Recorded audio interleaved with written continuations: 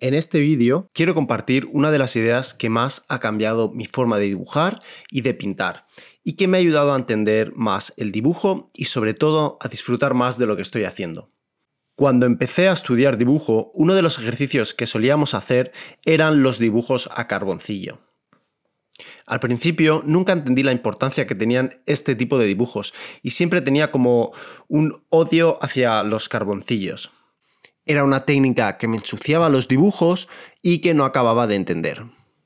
Creo que cuando uno empieza a hacer dibujo artístico es muy común que tenga problemas para controlarla. No fue hasta pasado un tiempo que descubrí otro tipo de carboncillos, los carboncillos Nitram, y empecé a entender que se podía ser más preciso con el mismo. Después de eso, intenté volver de nuevo a dibujar con este tipo de carboncillos, los carboncillos Willow, que son estos carboncillos que son como una ramita y que se pueden romper y trabajar con ellos. Me fascina como solo con una ramita quemada, un trozo de carbón, con forma alargada se puede crear una imagen. Y aparte, cómo se pueden empujar los dibujos. Creo que lo que ha hecho cambiar mi forma de ver es la posibilidad de empezar de nuevo. El carboncillo funciona muy bien construyendo una capa encima de la otra. Con el pincel o con un simple trozo de papel se puede borrar todo lo que se ha trabajado y volver a dibujar encima. Esto fue un descubrimiento que realmente me abrió un mundo nuevo. Creo que ahora entiendo mejor el dibujo y puedo aplicar este proceso a la pintura también.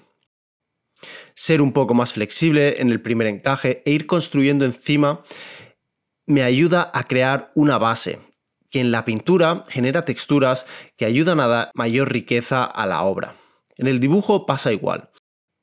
Aplicando varias capas, el dibujo empieza a encontrar mayor profundidad y esa base de pasadas con el carboncillo y volviendo atrás con el pincel, donde se empiezan a encontrar zonas más profundas, se puede conseguir bordes más suaves y es más fácil volver a ajustar las proporciones si es necesario. Personalmente, uso esta idea incluso en los dibujos a lápiz o proyectos más largos en los que quiero ser más preciso. Aunque con el grafito necesito ser más concreto, intento estar abierto a redibujar encima y usar marcas antiguas como parte de la obra. Creo que dejar un pequeño rastro del proceso hace que la obra al final sea más interesante, ya que no solo aportamos una imagen, sino que también dejamos un rastro de una historia.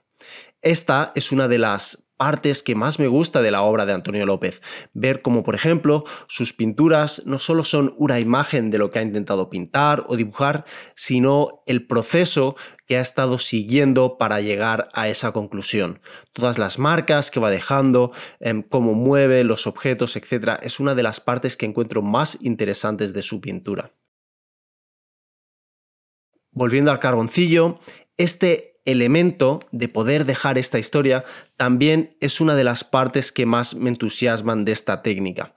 Es una técnica cruda, solo con un palito de madera, con la que podemos generar dibujos algo más vivos y generar un proceso que realmente creo que disfruto más. Esta forma de ir poniendo y quitando al dibujo, ir aplicando carboncillo, ir borrando con el pincel, con el papel y volviendo a redibujar, encuentro que es un proceso más vivo y que es más divertido y sobre todo también más intenso, ¿no? Ya que vamos haciendo como una especie de lucha con el papel para conseguir la imagen que deseamos. Aparte, esta idea que se acerca más al boceto la intento aplicar también en proyectos donde quiero ser más preciso y creo que me está ayudando a empujarlos mucho más. Como me permito volver a empezar de nuevo o poner marcas encima del trabajo que ya he realizado, hace que las imágenes pues empiecen a ser algo más vivas y aunque intento trabajar lo más preciso posible, genera pues como una especie de cama a la pintura o al dibujo, pues que creo que las hace más interesantes. Como conclusión, quiero recomendar que si estáis trabajando con carboncillo y aún pues no os acaba de gustar, intentéis hacer este concepto, intentar borrarlo, usar el pincel para ir poniendo y quitando al mismo tiempo, lo mismo con la goma o incluso con un papel. No recomendaría usar el dedo porque el dedo tiene sudor de las manos, un poco de aceite, y eso hace que el papel sufra. Y al final podemos acabar estropeando el papel, pero sí utilizar un pincel, un papel o el difumino, por ejemplo, estas herramientas que os ayudarán a modelar mejor la forma que estáis trabajando.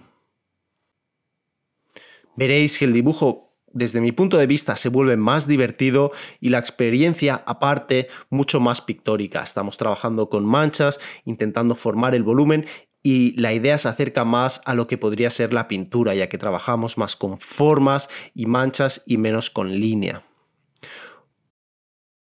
Por último, también recomendaros empujar los dibujos, ya que siempre hay cosas que mejorar. Intentar trabajarlos hasta que veáis que no podéis más y cuando estéis en ese punto, intentarlos empujar un poco más. Aparte, si veis que no sale, intentar borrarlo y empezar encima de nuevo. Y también, cuando creáis que más o menos funciona, intentar volver a hacerlo, ya que si habéis conseguido dibujarlo, podréis volver a hacerlo encima. Y esta segunda capa dará más riqueza al dibujo que estáis creando. Aparte, cuando el volumen ya funcione, aplicar capas de carboncillo para conseguir una textura pues más interesante, una textura con un volumen más convincente. Creo que siempre se puede dibujar o pintar más cualquier imagen y vale la pena, desde mi punto de vista, explorar hasta dónde podemos llegar. Espero que os haya gustado este pequeño comentario sobre el dibujo a carboncillo, este consejo para pues quizás mejorar. Y nada, si es así, os agradecería que le dierais a me gusta y que si no estáis suscritos, os suscribierais. Muchas gracias por estar ahí y sin más, nos vemos en el próximo vídeo.